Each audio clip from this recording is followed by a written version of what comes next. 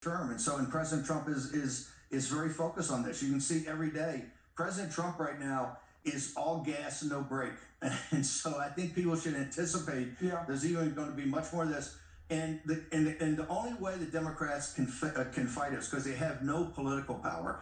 As you know, you've said this many times, the polling's the worst it's ever been. No leader has really emerged.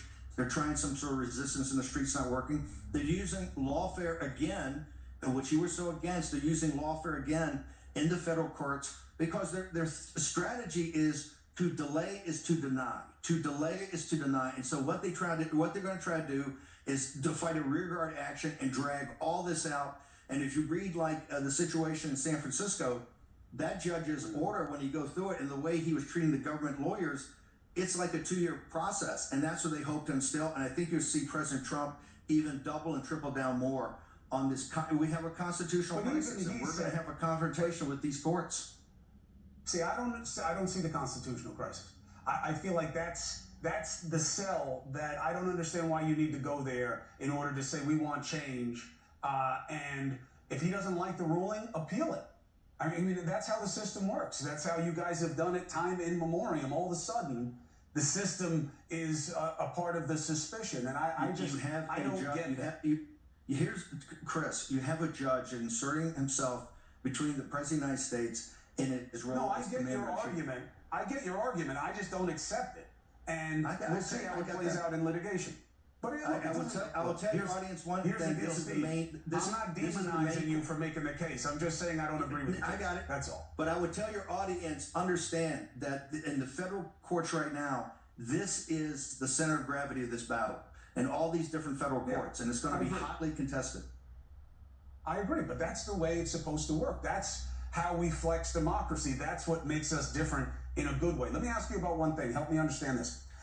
Ukraine and Russia, to me, it feels like when Trump came back into office, the script flipped, right? Everybody was yellow and blue all day long. When I got fired and I was sitting home watching the Ukraine war, I wound up going over there on my own dime to cover it and help Sean Penn do his documentary on the front. And everybody saw them as like some kind of extension of who America was when it fought against the English. Now, Trump is back. He never liked Zelensky because of that phone call, right? That led to the second impeachment or helped the second impeachment along, which again, I wasn't in favor of because I knew they wouldn't remove him.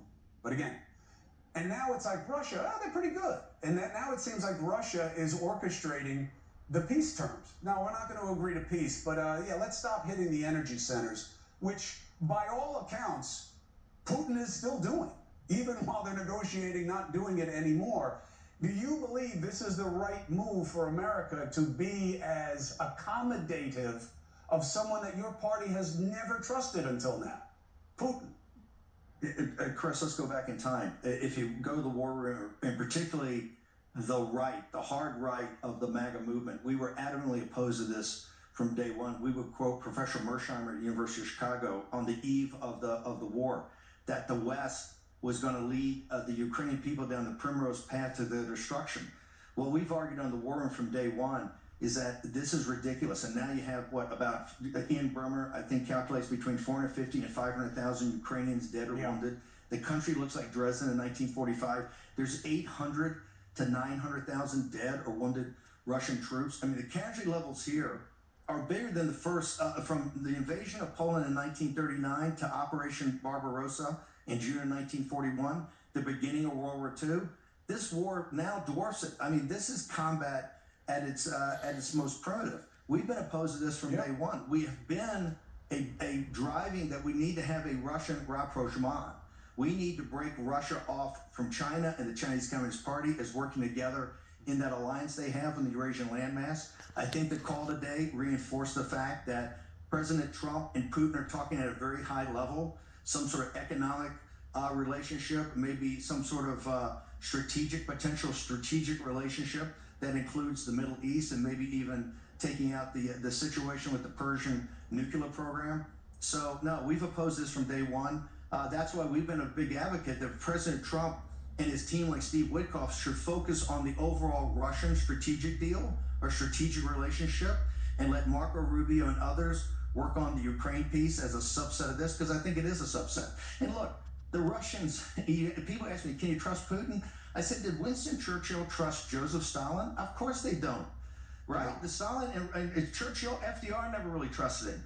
They didn't trust him, but they were great allies that lost, what, 35 to 50 million people in World War II in combat or starving. Right. You don't trust the KGB, but you're going to have to work on it, particularly if you want to break the back of the Chinese Communist Party. I think President Trump's geostrategic vision here is going to be the most significant since the end of World War II. And I think they're going to hammer this out. It's going to take months, but I think that there's a pretty good start. So, Steve, I know that you're relevant in not just working it in the digital media, but as part of that inner sanctum, you have an open invitation to come here as we go through the machinations of this movement and we see what's happening. When I need explanation from that side, we have an open door policy here. You're invited to come in to make the case whenever you want. Chris, we're always glad to come back. We watch News Nation, and you guys got something very special there. So keep grinding like you guys always do, and I feel honored to be asked back. All right, Steve, thank you for taking the opportunity. Thank you, Appreciate it. We'll continue the conversation. 4 minutes and 35 seconds. Coming up,